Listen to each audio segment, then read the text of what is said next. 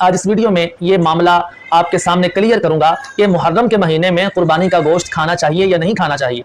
मुहर्रम के महीने में अगर कुर्बानी का गोश्त आपके फ्रीज़र में पड़ा हुआ है तो क्या इससे मुसीबतें आएंगी? अस्सलामु अलैकुम वरहमतुल्लाह। मुहर्रम का महीना शुरू हो चुका है। ये सवाल बहुत ज़्यादा पूछा जा रहा है कि मुहर्रम के महीने में कुर्बानी का गोश्त खाना चाहिए या नहीं खाना चाहिए। अगर मुहर्रम के महीने में कुर्बानी का गोश्त खा लिया या उसको घर में रख लिया, उसको बाहर ना निकाला या उसको ख़त्म ना किया तो इससे घर में अमवात होंगी, इससे घर में मुसीबतें पैदा होंगी, परेशानियां आएंगी। ये सवालात हैं जो लोगों के ज़हनों में इस वक्त बहुत ज़्यादा पाए जा रहे हैं। लोग परेशान हैं कि ये क्या है, ये इसकी हकीकत क्या है, इसका हकीकत के साथ कितना ताल्लुक़ है। आज इस वीडियो में ये मामला आपके सामने क्लियर करूँगा कि मुहर्रम के महीने में कुर्बानी का गोश्त खाना चाहिए या नहीं खाना चाहिए। मुहर्रम के महीने में अगर कुर्बानी का गोश्त आपके फ्रीज़र में पड़ा हुआ है तो क्या इससे मुसीबतें आएंगी? इसका जवाब ये है, इब्तिदाई इस्लाम में अल्लाह के नबी सल्लल्लाहु अलैहि वसल्लम ने ये इरशाद फरमाया था कि कुर्बानी का गोश्त 3 दिन के अंदर खा लो, 3 दिन के अंदर खा लो या उसको तकसीम कर लो।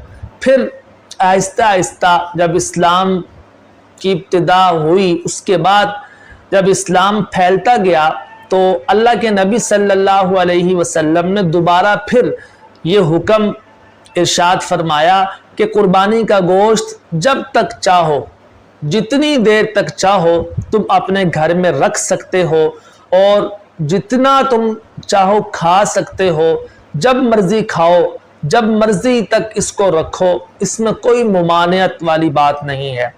और एक वाक़या भी यहाँ पर आपको सुनाना चाहूँगा कि मेरे एक दोस्त हैं, उनका मुझे फ़ोन आया कि कारी साहब हमारे घर में बच्चों की नानी आई है और बच्चों की नानी ने आकर फ्रीज़र खोला और फ्रीज़र में कुर्बानी का गोश्त रखा हुआ था।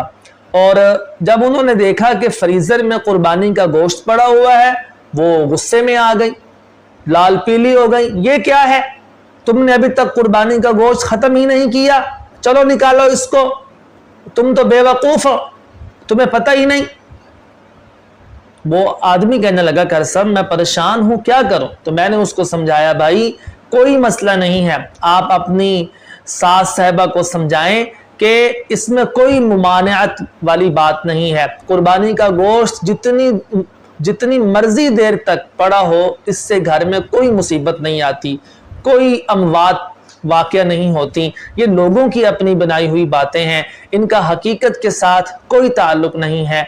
मैं उम्मीद करता हूँ कि मेरी बातें आपकी समझ में आ गई होंगी। जज़ाकुमुल्लाहु खैरा। वीडियो को अपने रिश्तेदारों के साथ शेयर कीजिए, लाइक कीजिए। अस्सलामु अलैकुम।